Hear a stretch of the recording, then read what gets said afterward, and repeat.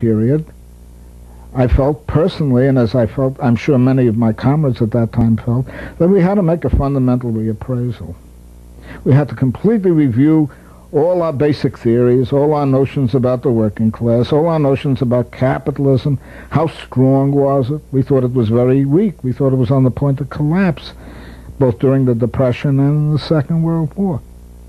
But it came out stronger than ever, at least in the United States. In fact, we began to see the death of the old left by 1948. The Communist Party began to fracture up after the Henry Wallace campaign, the Progressive Party campaign of 1948. So we had to reconsider our position. How much of that do you think is attributable, the continuation and proliferation of capitalism, attributable to the West playing the Germans against the Russians in the Second World War and the Russians against the Germans? The Allies, to begin with, United States, Britain, Free French, and whatever, first of all, made it very difficult for the Germans to do anything, the German people. They demanded unconditional surrender, so that the German people were faced with either one of two alternatives: Hitler and their own national sovereignty, or, as the Allies very bluntly told them, they'd break up Germany. They'd literally break up Germany. They'd reduce Germany or return Germany to where it was before the French Revolution, with all its little duchies and cities and whatever you like, and maintain complete Allied surveillance of German life in every respect. In fact, we were told that we shouldn't fraternize with the Germans. Our troops shouldn't even talk to German women except to give orders, or talk to men and children except to give orders. You see, it wasn't giving out chocolate, if you please. Chocolate was okay in France, but it was not okay once you crossed the Rhine. The main thing is to deal with the Germans correctly, coldly, and indifferently, and let them know that they were a subject population, so that if there were any possibility of a German revolution, okay, then the Allies saw to it that that was completely muted, and literally redirected whatever the energy of the German people may have been, redirected toward Hitler, who at least gave them a sense of a national identity. The Russians, so-called Soviets, the Red Army, was totally nationalistic. It did not try to fraternize at all with the Germans, the way Lenin had tried to do in the First World War. The Germans were dealt with as complete enemies. German soldiers were treated or sent to gulags, by and large, and many of them perished there. A very high percentage of them died, never returned. Raped German women. I'm not trying to make an apology, by the way, for the Nazis. I beg you to understand that this was not at all the case. But the Russians did not carry on a revolutionary war the way Lenin had.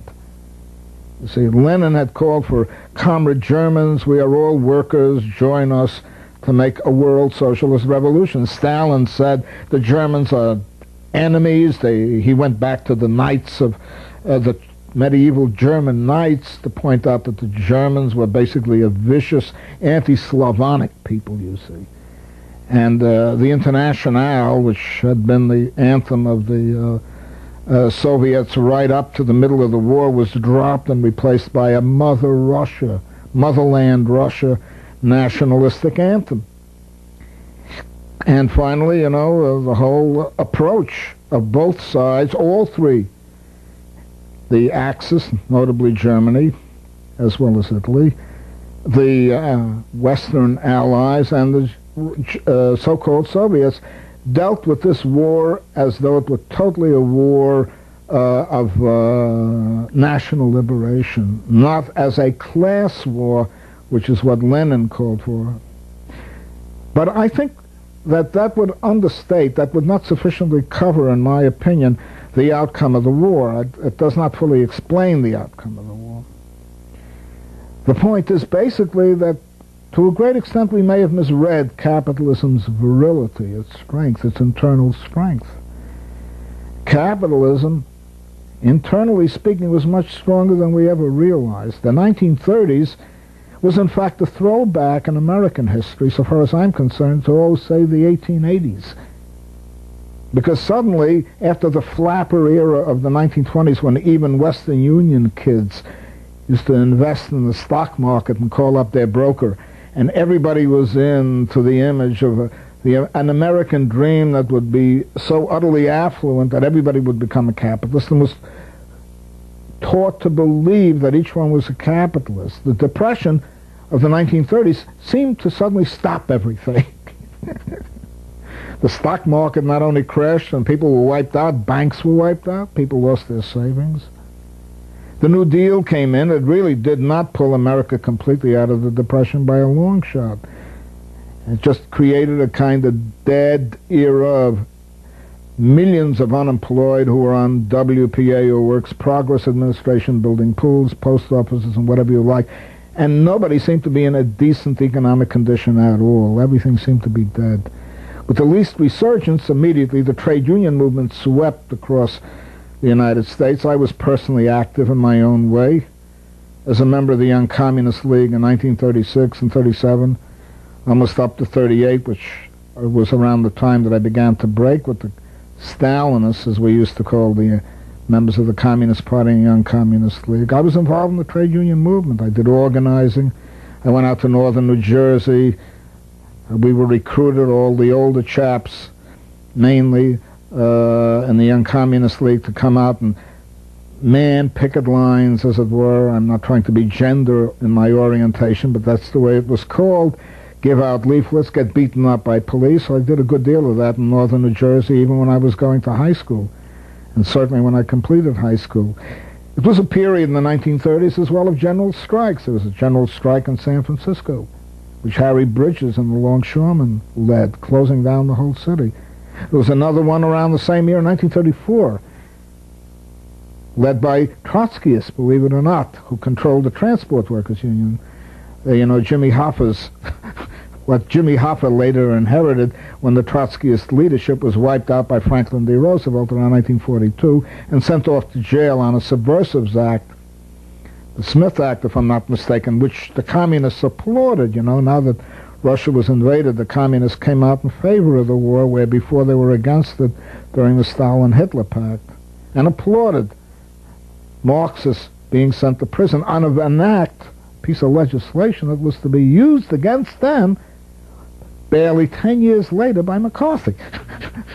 There's the irony, a lesson to be learned, if you please. So that the very legislation that the communists applauded in sending Trotskyists to prison in 1942 because they were opposed to the war became the very means that McCarthy used to send communists to prison around the period of the Korean War, 1950, 51, 52, and so on and so forth. And although we definitely opposed what McCarthy was doing at that time, I didn't exactly feel, shall we say, that my heart was being wrenched open when I could have been imprisoned with the approval of the Stalinists or communists that they were now being sent to jail with. So the point is, at the end of the war, you see, a sort of period came to an end for me. It was one that I had to rework in my own mind very carefully, and lays the basis for understanding what I think now. And that is, I had to reevaluate what was valid and what was not valid in Marxism, which I had adhered to right up to 1945. I had to also ask myself, in saying what is valid in Marxism, is what is true about capitalism. Is capitalism going to destroy itself or self-destruct because it would bring workers to a state of such poverty as Marx had predicted, such a general chronic crisis as Marx had predicted in Capital, such that the workers would be forced to rise up against the capitalist class and establish socialism? There was no sign that the workers were going to do that.